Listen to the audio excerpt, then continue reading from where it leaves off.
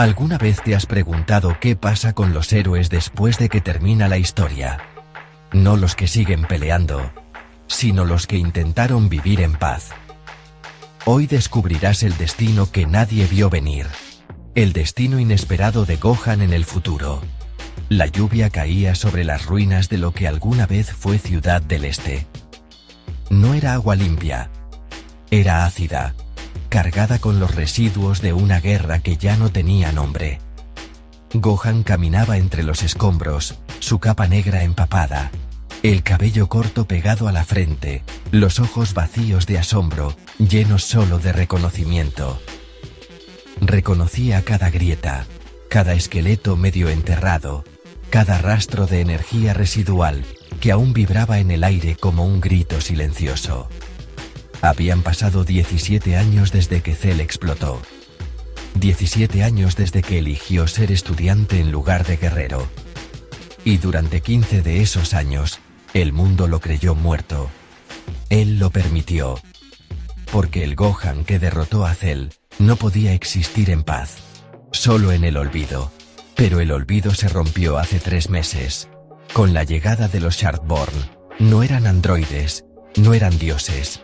Eran fragmentos de realidades colapsadas, arrastrados al universo 7 por una fisura en el tejido del multiverso.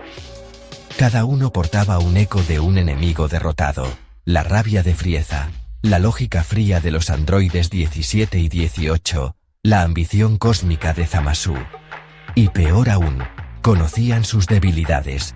Sabían que Gohan había dejado de entrenar. Sabían que su poder estaba dormido. La primera vez que lo atacaron fue en las montañas de Muspel. 3 Shardborn. Uno con la velocidad de Hit, otro con la regeneración de Majin Buu, el tercero con la manipulación gravitacional de Virus. Gohan casi murió, no por falta de fuerza, sino por falta de instinto. Sus reflejos eran humanos, sus huesos crujieron, su sangre manchó la nieve. Pero en el borde de la muerte, algo despertó. No el Super Saiyan 2, algo más antiguo, más salvaje. El rugido del Saibaman que su padre mató en Namekusei. El grito de su madre cuando vio a Piccolo por primera vez. El silencio de su padre antes de sacrificar su vida contra Raditz. Se transformó. No con luz dorada, sino con una aura negra azabache, salpicada de chispas carmesí. Sus ojos no brillaron. Se volvieron opacos, como pozos. Rompió el cuello del primero con un movimiento que no parecía humano. Desgarró al segundo con garras formadas de pura ki comprimida. Al tercero lo aplastó contra el núcleo de la montaña, fundiendo roca y carne en un solo bloque de obsidiana. Desde entonces, ha estado cazando, no por venganza, por necesidad. Los Shardborn no cesan, y cada vez son más fuertes. Han reconstruido la Torre del Cielo, no como lugar sagrado, sino como antena para amplificar la fisura. Allí es donde debe ir ahora. Al pie de la torre, lo espera Korvac, el líder. No es un fragmento, es el contenedor. Un ser nacido de la fusión fallida entre un Kaioshin caído y la conciencia digital de los androides originales. Su piel es metálica, pero sus ojos son los de Bulma, distorsionados por siglos de soledad y rencor. Sabía que vendrías, Gohan, dice Korvac, su voz un eco de 1000 voces. El último hijo de los Saiyan, el que eligió los libros sobre las batallas. ¿Crees que el conocimiento te salvará ahora? Gohan no responde. Solo se quita la capa. Debajo, su traje está remendado, manchado de sangre seca, pero su postura es la de un depredador que ha recordado su naturaleza. El primer ataque de Korvac es invisible. Una onda de presión que pulveriza el suelo a 100 metros. Gohan esquiva, no con velocidad, sino anticipando. Ha leído los patrones. Ha estudiado. Ahora, su mente y su cuerpo están sincronizados no por emoción, sino por cálculo puro. Se eleva, golpea. Korvac bloquea con un escudo de energía cuántica. Pero Gohan no buscaba romper el escudo, buscaba el suelo. Libera una ráfaga de ki hacia abajo, excavando un cráter que traga a Korvac.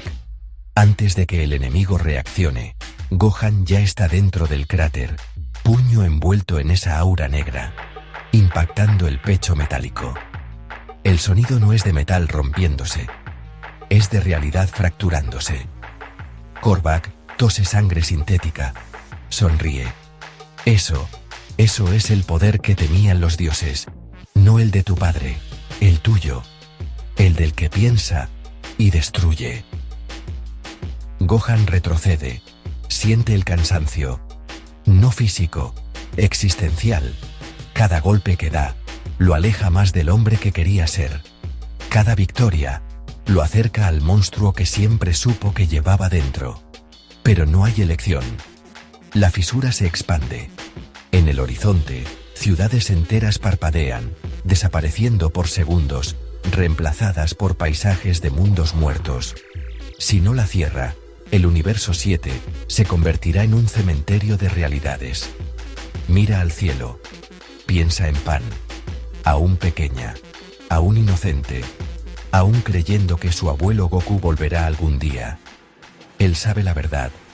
Goku no volverá. Nadie vendrá a salvarlos.